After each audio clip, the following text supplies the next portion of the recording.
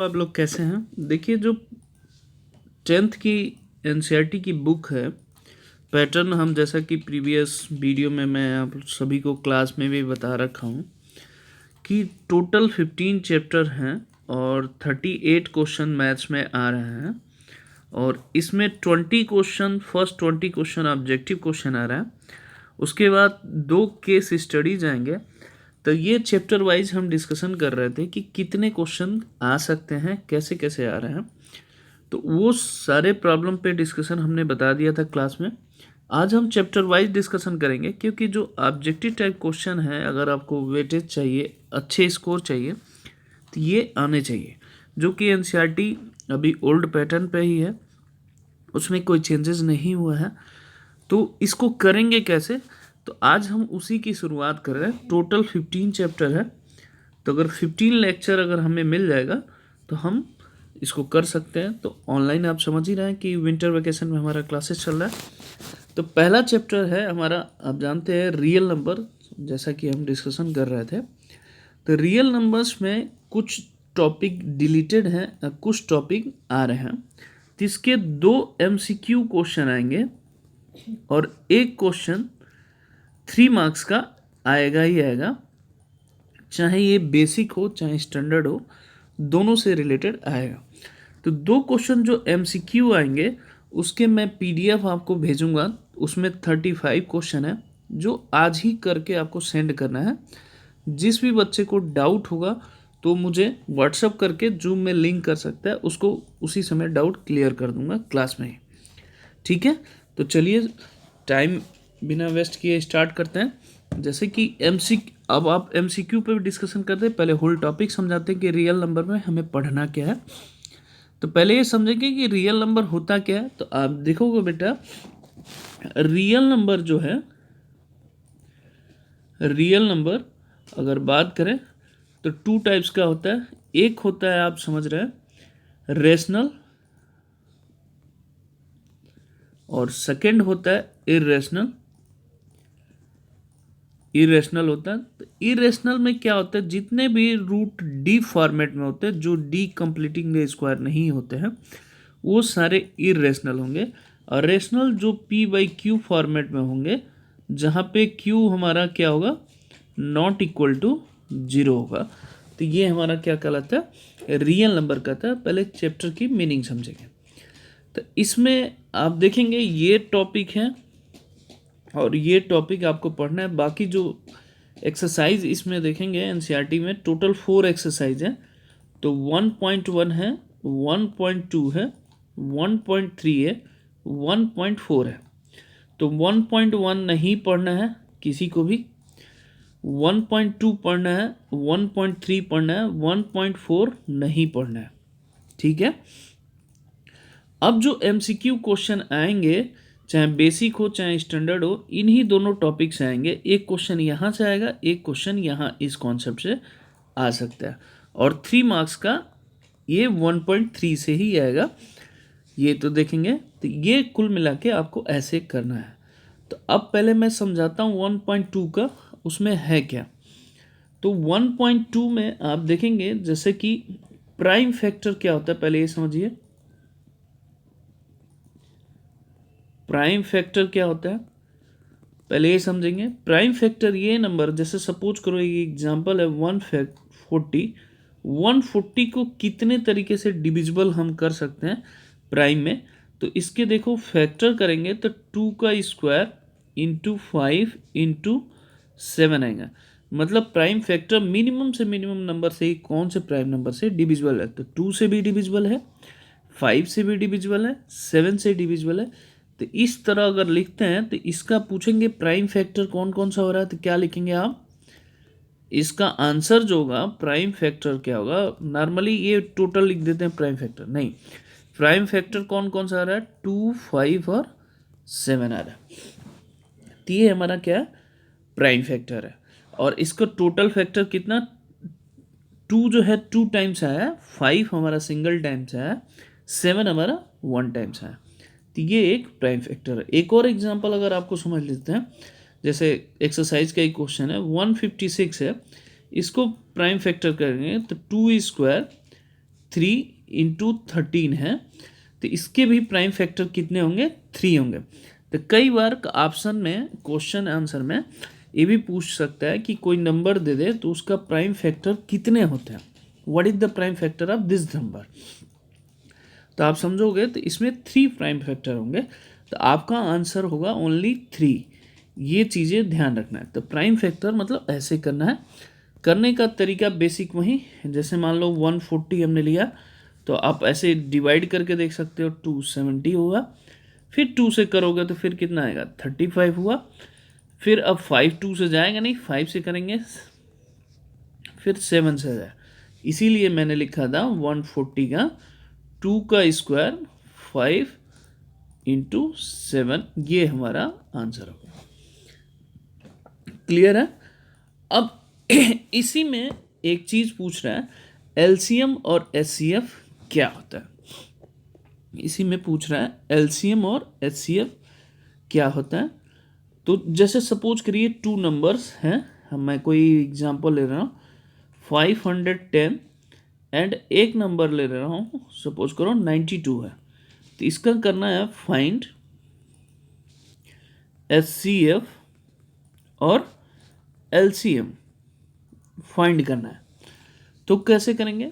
Suppose करो 510 है, तो पहले इसका प्राइम फैक्टर करो। प्राइम फैक्टर करोगे बेटा तो आएगा 2 3, फिर क्या आएगा 5, फिर 17। ठीक है। ऐसे ही 92 का अगर प्राइम फैक्टर करोगे तो आएगा 2 × 2, फिर 23। तो सबसे पहले अगर समझो एचसीएफ क्या हुआ। एचसीएफ क्या होता है बेटा?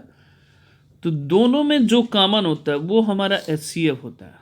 तो कॉमन नंबर्स कौन सा है नंबर बेटा? तो इसमें 2 है, तो इसमें सिर्फ 2 एक ही नंबर कॉमन है, इसके अलावा कुछ भी नहीं है, तो 2 तो रहेगा ही रहेगा। ये चीज़ क्लियर समझिए कि 2 रहेगा ही रहेगा। तो वो हमारा क्या होगा? एचसीएफ होगा। जब दोनों में जो कॉमन होगा वही हमारा क्या कहलाएगा? एचसीएफ कहलाएगा। एलसीएम आप देखिए, एलसीएम क्या होगा? जो कॉमन है पहले वो लिख लो बेटा। कॉमन हमारा 2 है, 2 लिख लिए। बाकी जो रिमेनिंग एलिमेंट जितने बच रहे हैं वो लिख लीजिए। 3 5 17, फिर 23। और देखिए इसमें एक और 2 बचा, ये 2। सबको मल्टीप्लाई कर दो तो ये हमारा क्या हो जाएगा? एलसीएम हो जाएगा 23460। इसको मल्टीप्लाई करने पे आएगा, तो इसका मतलब इन दोनों नंबर का क्या हो जाएगा? एचसीएफ निकालना है। तो जो कॉमन एलिमेंट होता है उसको हम क्या बोलते हैं? एचसीएफ बोलते हैं। एलसीएम क्या होगा? एचसीएफ लिखने के बाद जो कॉमन नंबर होते हैं पहले वो लिख लीजिए, बाकी जो रिमेनिंग जो एलिमेंट बच रहा है वो लिख लीजिए। तो वही हमारा क्या कहलाता है? एलसीएम कहलाता है। सबको आई थिंक मुझे लग रहा है सबको समझ में आ गया होगा।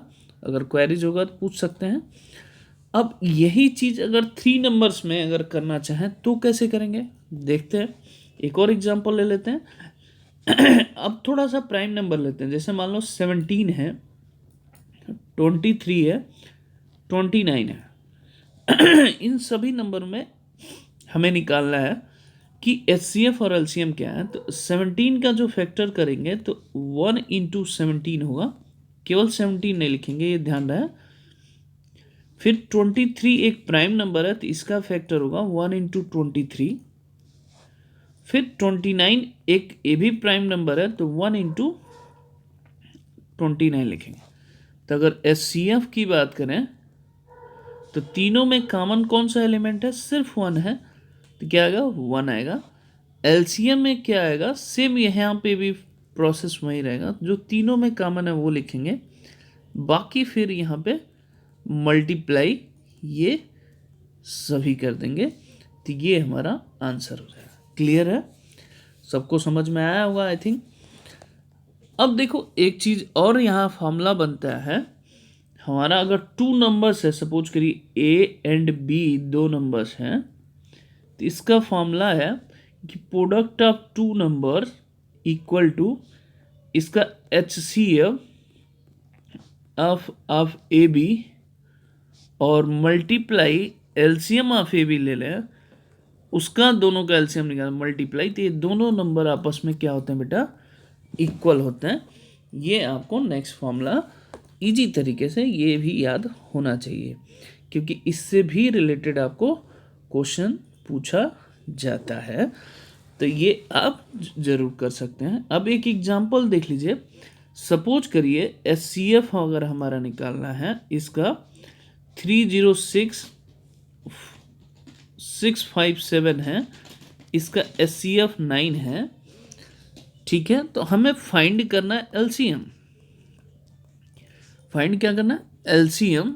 इसी क्वेश्चन को अप्लाई कर सकते हैं, इसका मतलब यही दोनों नंबर है, 306 मल्टीप्लाई 657, एचसीएफ हमारा कितना हो गया 9, एलसीएम को अगर x ले लेते हैं तो x इक्वल टू कितना हो जाएगा, 306 मल्टीप्लाई 657 अपॉन क्या हो जाएगा 9। इसको सॉल्व कर लीजिए, वही हमारा आंसर आ जाएगा, तो 22338 ये हमारा आंसर आ जाएगा। तो इस कॉन्सेप्ट पे बहुत सारे क्वेश्चन आ सकते हैं, ये चीज़ें ध्यान रखिएगा, ठीक है।